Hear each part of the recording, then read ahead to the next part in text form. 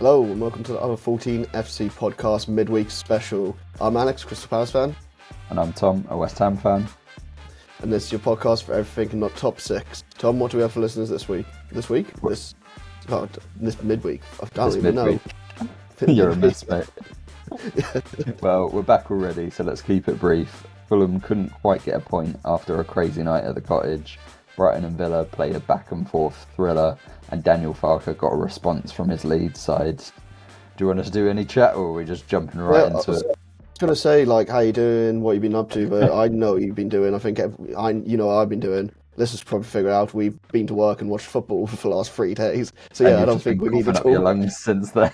There's really no change. There's no change whatsoever. Maybe I'll watch some of the Ashes and I'm tired because we're recording this in the morning. But yeah, fuck it. Let's get into it because let's do some rapid fire games for the listeners.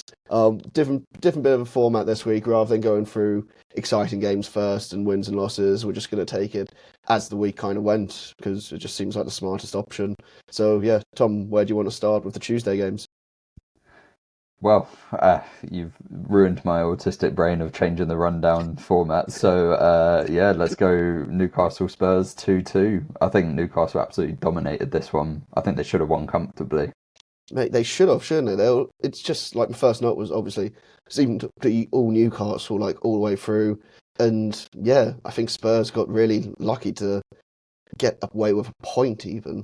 100%. I think Newcastle fell asleep twice after going ahead when the amount of chances they created, they should have been comfortable in this game. I think that jumping ahead, I think is really, really poor defending for Romero's second. They replayed it so many times because it's it's an overhead kick and stuff, but it goes so slowly through everyone that I'm someone has to get on that. It's the worst overhead kick I've ever seen scored in my life. Because I was Spurs, one of our clients, and I was in the office the next morning. I was like, that was a bad goal, and they were all like, yeah, that was a really bad goal. How does it get through everyone and just trickle through? In my notes, I kind of blame Ramsdale for it, if I'm all honest, because really, yes, it goes through a body of players, but I'm still there. He's got enough time when it's moving through that body of players to be like, well, the ball's going to that side of the goal. I should probably move over a little bit. And if he takes 2 steps and dives, he can probably get to it in the end and then save Newcastle 2 points. But I definitely think he's at fault. I think Dan Burn is also at fault. He's just kind of watches it go past him. I feel like stick a leg out, mate, and do something. It's going so slowly. But other than that, I mean, absolutely great finish from Bruno Guimaraes. Just really nice, outside, inside of his foot, just power place kind of thing. And then there was a bit of wrestling that led to a penalty. Yeah.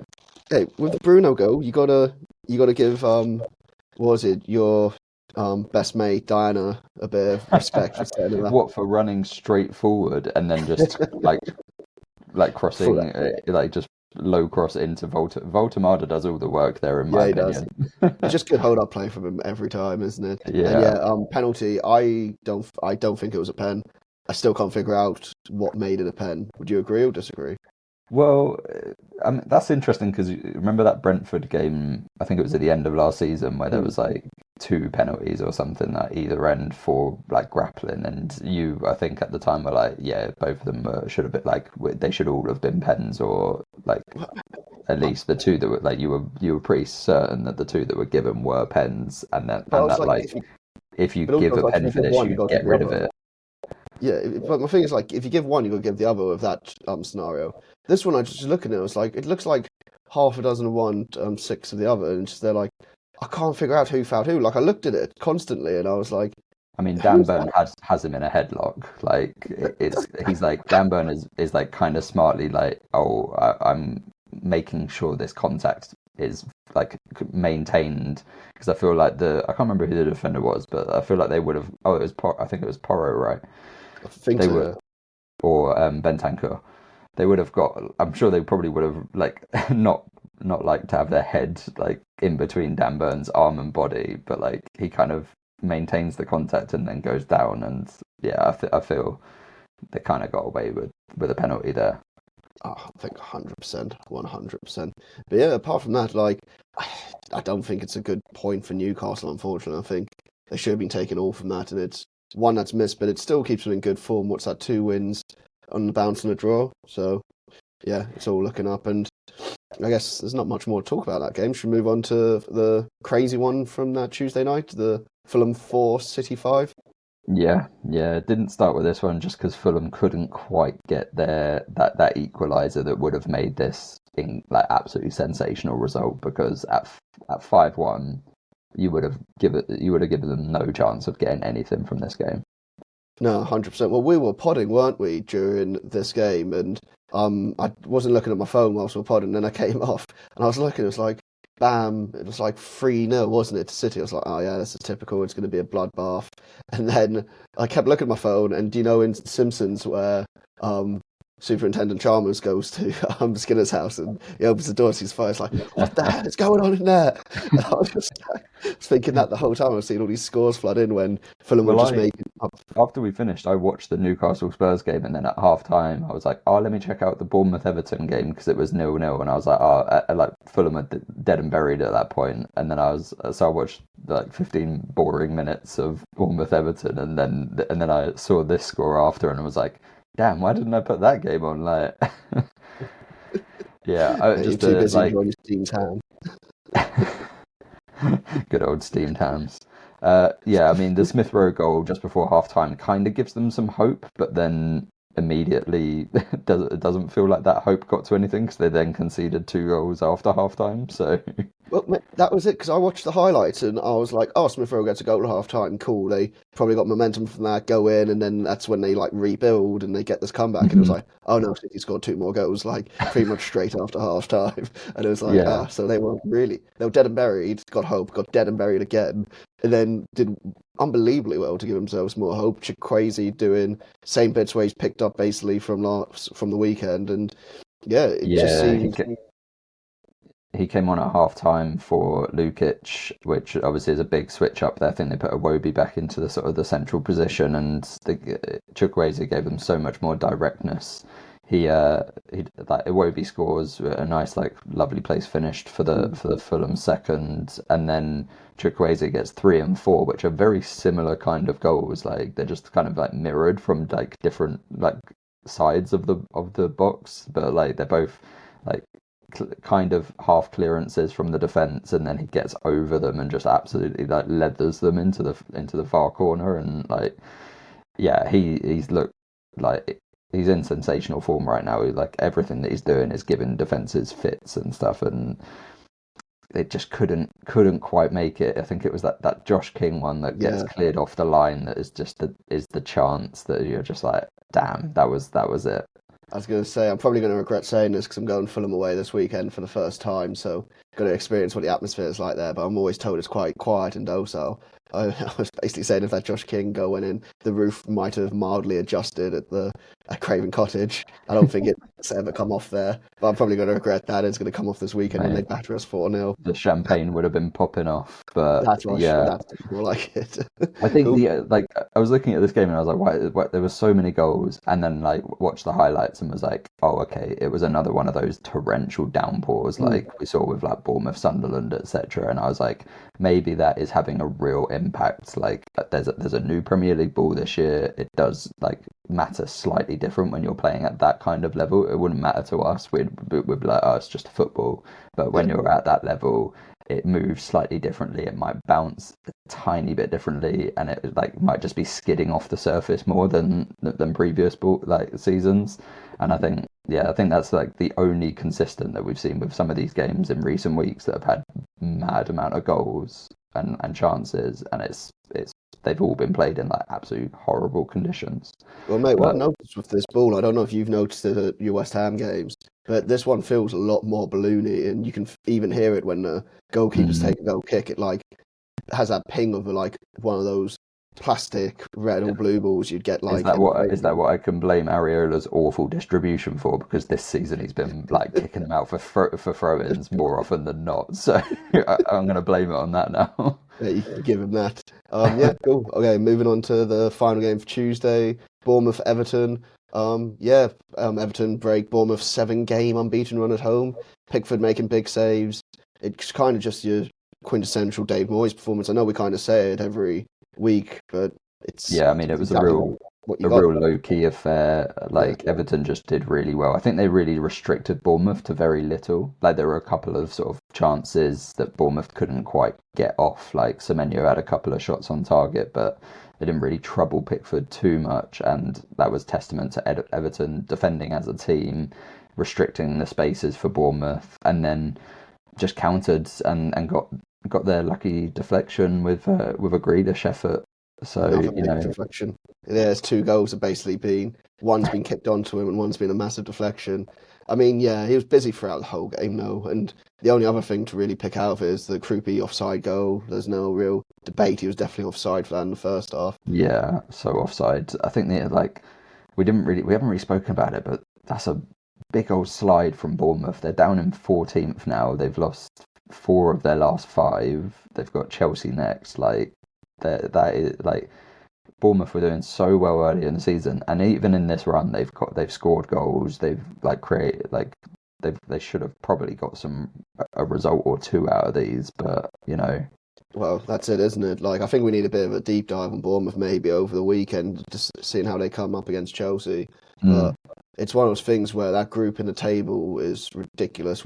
Palace ourselves went from 12th to 5th by beating Burnley, and just it's going to be a bit madness still. And I remember saying 15 games in, it's going to kind of tell you where you're going to be in the table. I think it's going to be about 20 at this rate to actually get with that middle group for sure. Between anything from like 5th down to 15th, I think is going to move around so much over the next 5 to 10 games, especially throughout this Christmas period. It's going to be chaos trying to keep track of the table. Yeah, I've never known a Christmas period. Like, Christmas period, obviously, lots of people shoot around and define your season, but I've never known it to be like, it's going to be this defining for so many clubs in the table. Yeah. Like, quite simply, if one team went on and won 5 games, they would go second at this point. Like, do you know what I mean? It's fucking crazy. Sure. Like, the team... anyway. Let's move to Wednesday. Easy. Where do you want to start on Wednesday? There's probably one standout game, wasn't there? 100%. There's one place to start. It's Brighton 3, Villa 4. Like, this game was absolutely insane. I was watching this one mostly on Wednesday night, and Brighton go 2-0 up. The first one, Villa should have it shouldn't have been a corner. Clearly never. comes off Brighton player spit out. Villa rightfully to be annoyed at that. And you just knew they were going to score as well. It's always the case. It's always the way. They're definitely scoring from this corner then.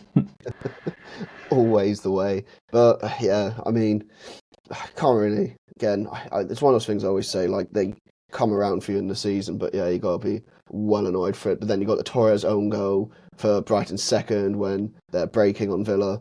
So it did seem pretty much a bit of a dead and buried game for Villa. But Ollie Watkins comes and stands up, and I think he heard some of your criticism from him maybe last week or the week before, and was like, I'm going to turn this around now. The second one as well is especially a tidy finish, I think. Well, he does love playing against Brighton. That's I don't know what the stats are, but I know they were talking about it. They during the match, and they were like, he generally always scores against Brighton. The second one was a crazy sequence. It was like 90 seconds where Villa thought they'd scored. I think it was Konsa headed it, and it got cleared off the line, and they were all waiting for the referee to look at his watch. And then Brighton go down the other side, and Gruder has kind of a poor shot that just goes straight into Villa's backup keeper, Marco Bizzo's arms. And then he passes it, he rolls it out to Morgan Rogers, who launches it over for Ollie Watkins. And they actually scored an identical version of this goal against Brighton beforehand. I'll repost it on socials, but it legit from keeper rolled it out to Rogers, and then Rogers over the top to Watkins, and then it's 2-2. I feel like it's very much a goal at Brighton. They're going to concede a lot this season as well. Like, a ball being put over the top of them, Lewis Dunk having to run back, and I think Watkins finished it in a way that it didn't look like a player out of confidence at all. Like an absolute bullet into the bottom right corner.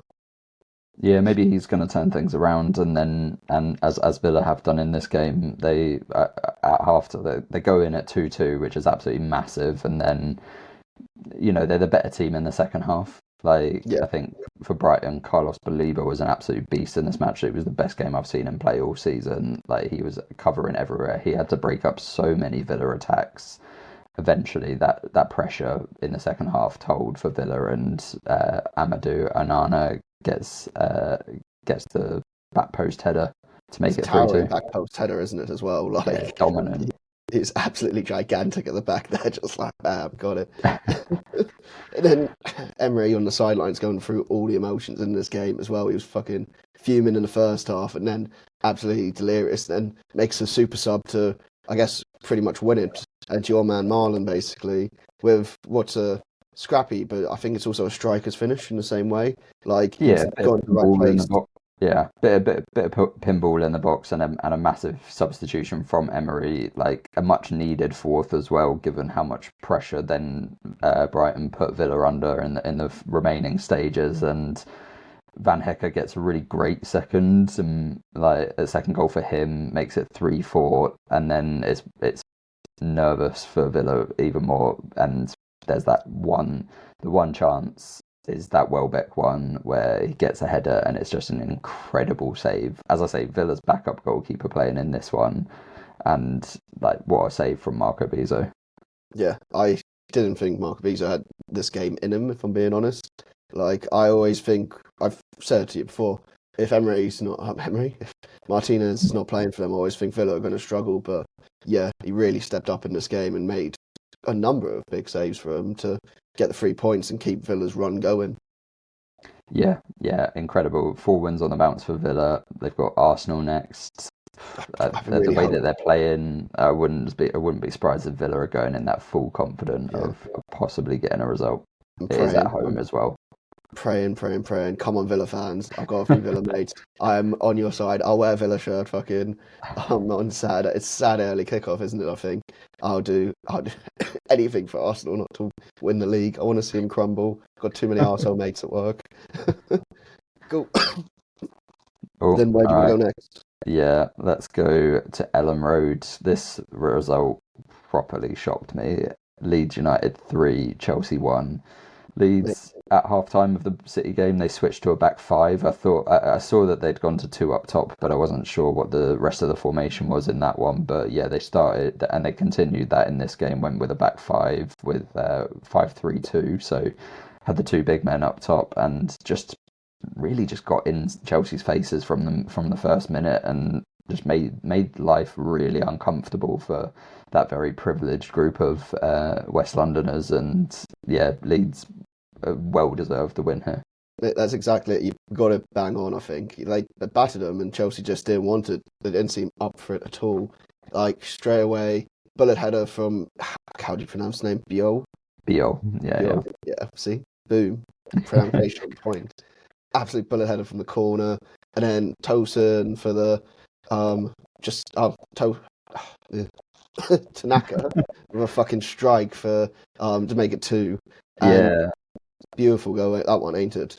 Oh, such a nice goal. He kind of had a sightseer beforehand, an earlier one where he didn't quite catch it. I think it went right at the keeper, but then comes back later and gets an absolute beauty of a finish. And I'm very happy for Altanaka, because I think I've mentioned in the preview for the promoted 3 that we did in the summer that he's someone that I'd seen in Germany. I kind of was a little bit surprised that he went to the Championship first with Leeds. I feel like he has the quality to have played for a Premier League side, at least a bottom half Premier League side for the last season or so. And I know Leeds fans absolutely rate him and were kind of frustrated to see him not in the starting lineup for the first few weeks of the season. And I think you're now seeing why Altanaka is so beloved in Leeds, and why he's so impactful, because he can kind of do everything in that midfield.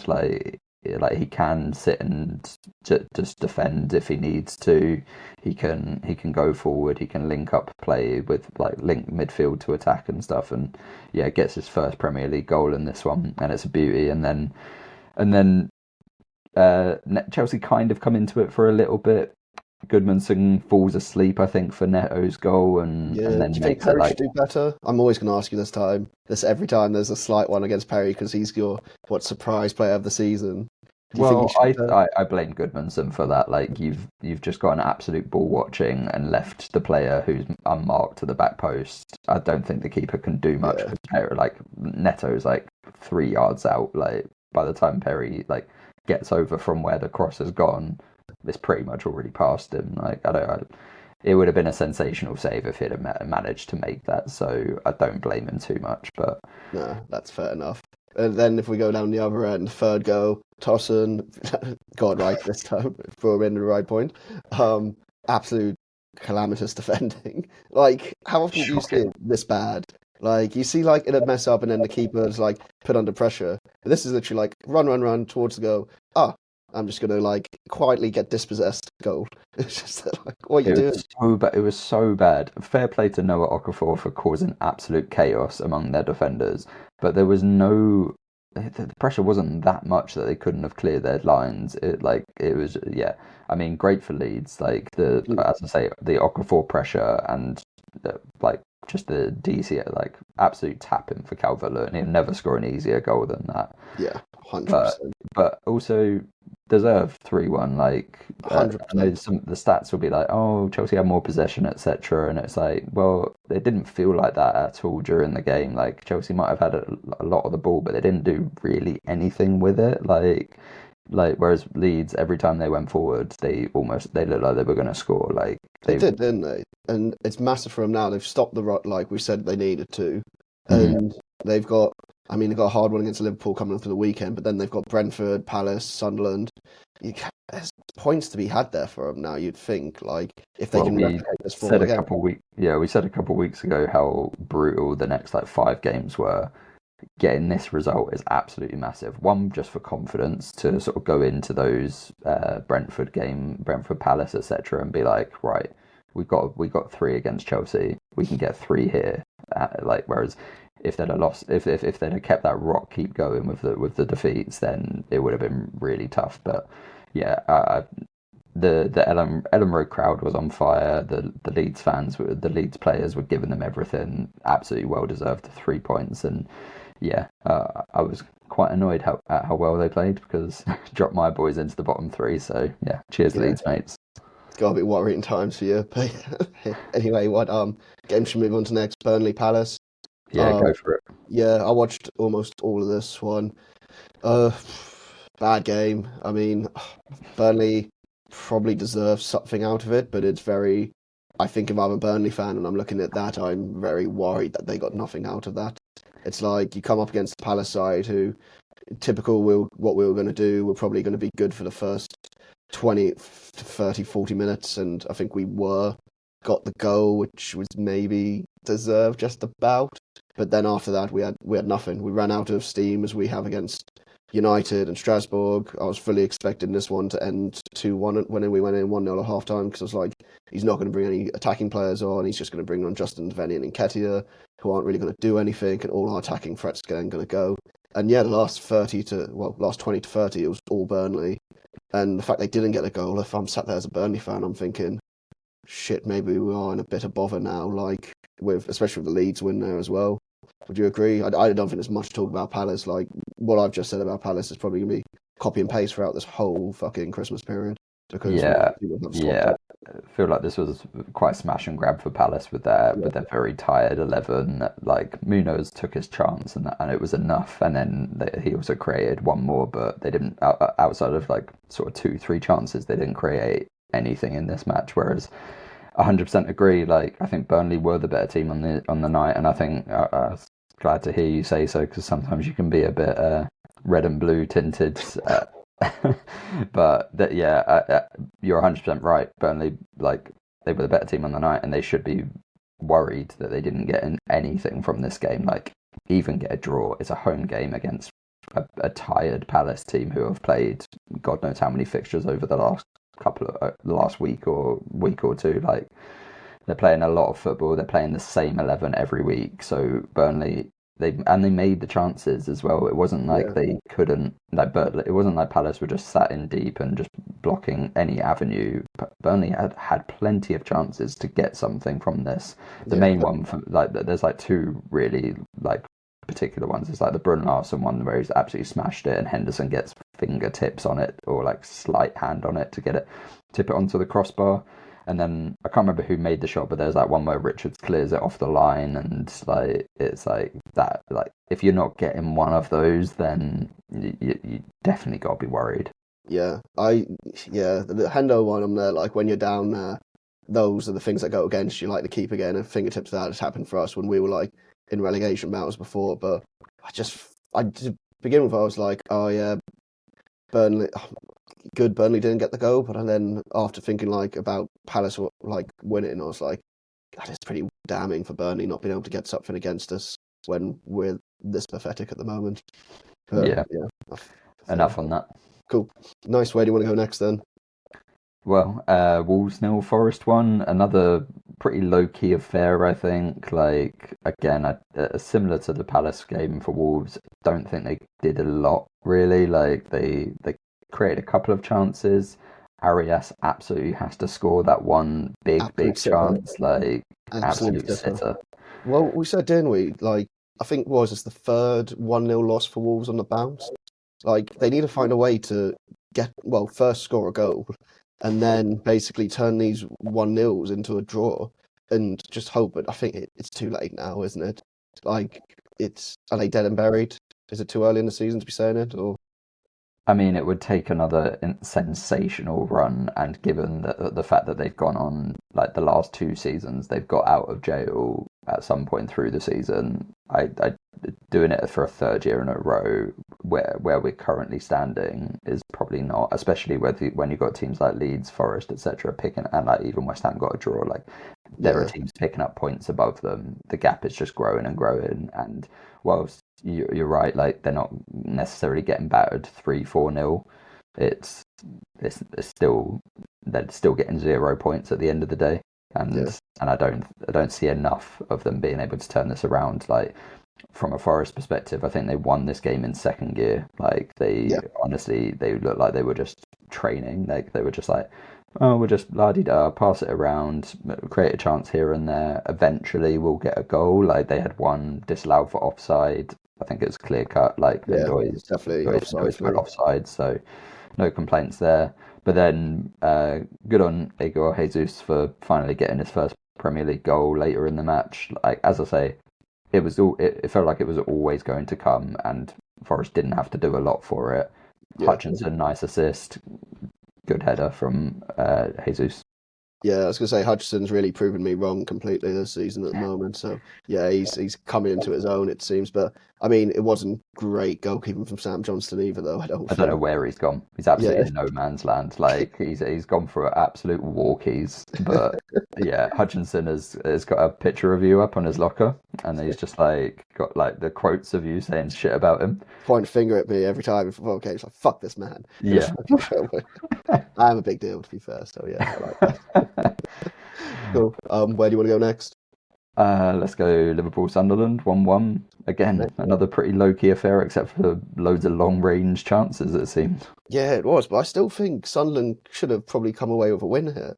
Oh, I mean, they absolutely should have. If we want to jump straight to Isidor's late chart, like right at the end, Isidore, you robbed me of the chance of playing the Lord of the Rings clip, for fuck's sake. Like, and why is it's Chiesa who's blocking it? Like, how's Chiesa come back there to block it? It doesn't make sense, does it? Like, no, but I also don't think he should have taken it around the goalkeeper. I think he should have finished it straight off. I think he's good enough, and he's shown that he can do that. And it's weird this season, though. There's a lot of people going around the keeper and fucking it. I mean, like, if you go around the keeper and there's no one there to defend, then it's you're just passing it into an empty net. So I understand the thought process, but it's also like Chiesa was on his tail. Like, like you make that decision, and you're letting someone come in, like, and to possibly make that block, and also you're, like, restricting the angle massively for you. So if there is a player that comes back onto the line, they've got a decent enough chance. It also just wasn't a very good shot as well. Like, didn't have enough pace or like find the corner at all. It was kind of just it's almost like he shot when there was no one there, and then Chiesa got back in and just absolutely cleared it. But other than that, yeah, Talby got a long range massively deflected goal that absolutely, like, I think he was shooting for one side of the goal and it got deflected and went to the other complete opposite side of the goal. Yeah, but mate, Van Dijk still's never been dribbled past. He can score massive deflections off his arse, but yeah, he's never been dribbled past. Let's not forget that. Fucking. And then an unfortunate own goal from Mukiele from a shot from Wirtz that was probably going out for a throw-in. Mate, ridiculous. Like, so unlucky that down goal. Like, because you look at it, it's like, oh yeah, Wirtz has probably scored that, hasn't he? You look at it, it's like, how's he shot so fucking... You see that one replay from like behind him, and yeah, that's the one, isn't it? He's absolutely sliced it off his foot, and it's like, that is one of them shots that could have gone out for a throw-in instead of like a goal kick. Like, exactly. You know, every now and then you see him and they're like, that's so bad. How are you doing that? And he's just got the absolute luck of it just pinballing off Mukiele into the back of the net.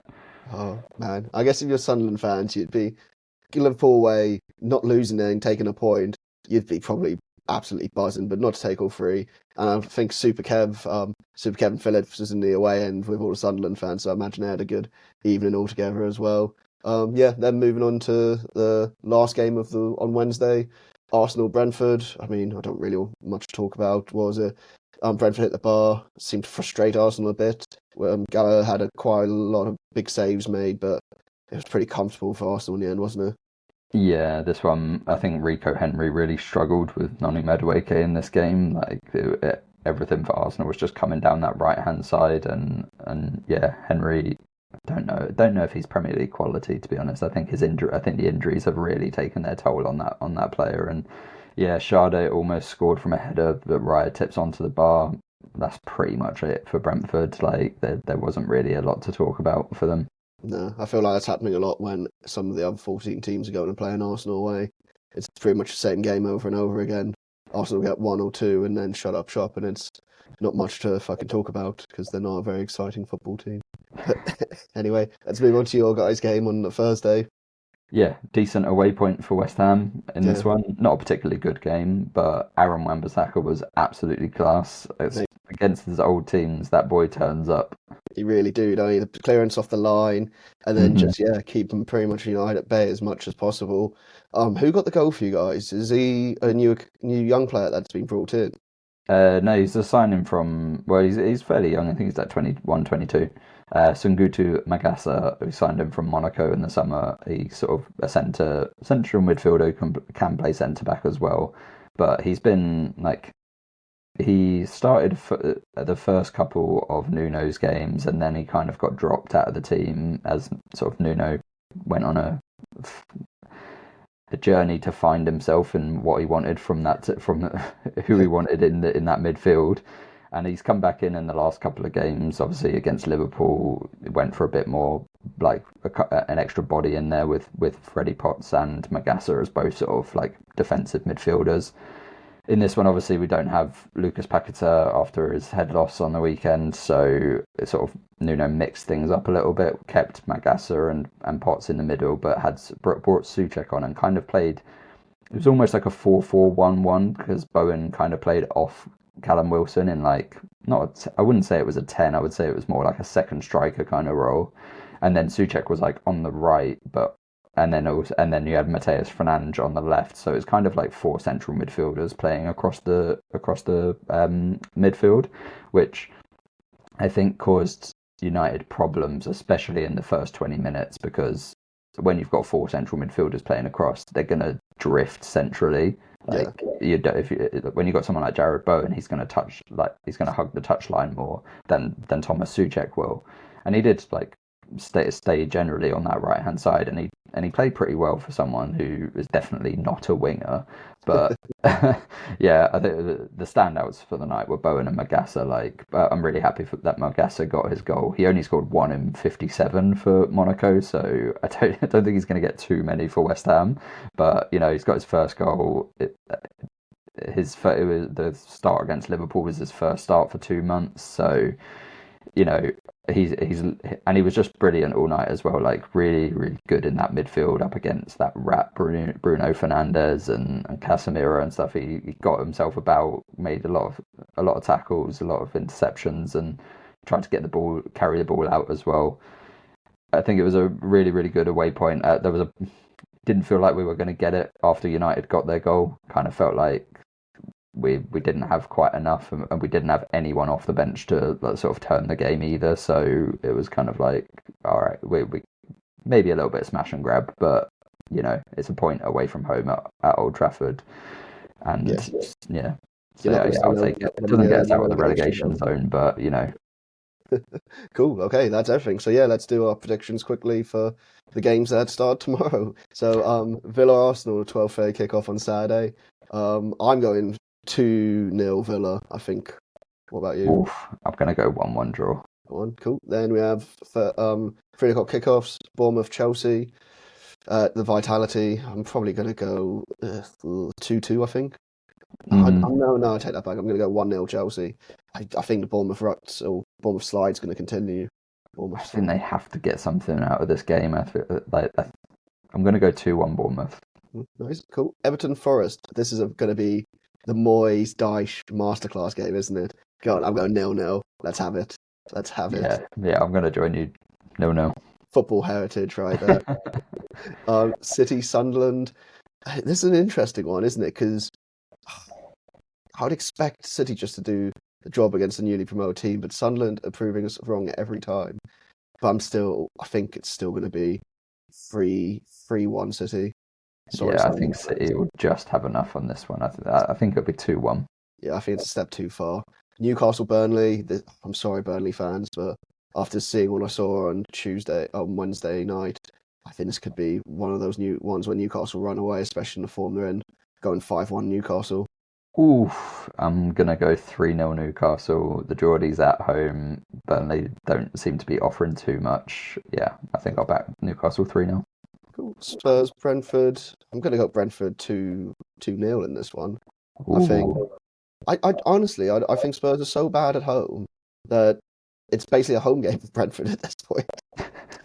Well, going up against Thomas Frank, I'm sure there'll be a lot of people in that Brentford building who want to get one over on him, even though he did so well for them. It's still, it's nice to get one over on someone who's ditched you. So, I mean, I can't call this one. I'm gonna go for my weekly Desmond 2-2. Nice, cool. Then we have Leeds, Liverpool. I think Ellen Road is going to be rocking for this game, like no matter what, especially after winning against Chelsea. They're going to have so much belief in them. It's amazing what that result's done because we were like, they're going to get battered, they're in big trouble. And I genuinely think they might win this 1-0. Like, what's to say they won't? I don't think you're wrong at all. Like, Ellen Road under the lights, I don't think Liverpool are all that. Like, they might have got 3 points against us and a draw against Sunderland, but I don't think they played particularly well in either of those games. I think they have hundreds of millions of pounds worth of quality, and eventually they got some luck in those situations as well. Leeds, I'd feel very, very confident going into this. I think you'll come out with a draw at the end of the day because, as I say, Liverpool do have insane amounts of quality, even though they don't play as a team currently. But after that result on Wednesday night, I think Leeds can get. I'm going to go 3-3. Nice, cool. Then we move into the super mega, the biggest Sunday of football there's ever been because there's 2 games and Palace and West Ham in both of them. It's the other 14 Super Sunday, is it? The other 14 super mega never will be seen again Sunday. So you start the day off with the pure excitement of going down to the Amex. I want to believe that you're going to win 3-0, but I probably. We've got a pretty horrendous record over the years at the Amex, and Brighton are generally pretty good at home. So I don't see us getting a result here. Unfortunately, I'm going to go Brighton 2-1. Yeah, I could probably see Brighton winning as well, unfortunately. And then the late kickoff against Fulham. I'll take a 1-1 at this point, if I'm being honest. I think Fulham are going to batter you. Yeah, I think there's a battering coming for Crystal Palace at some point. Like that, if they keep just going, all right, we can just play the same 11 over and over and over and over and over again. And I think Fulham, they might be annoyed that they didn't get a point out of that City game, having scored 4 goals. But I think they'll play someone like Chukwueze and maybe Chukwueze and Kevin, or like I think they'll be like, they'll want to right that wrong that they didn't get anything out of Tuesday, and I think they'll be going ham at Palace. I think they're going to win 3-1. Yeah, I'm worried. I'm hoping my cold's completely gone so I can just get drunk in Putney before the game and then not have to worry about it.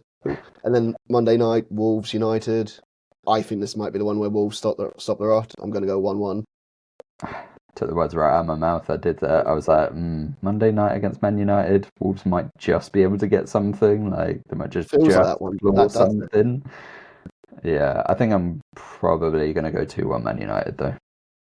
Cool. Okay, then.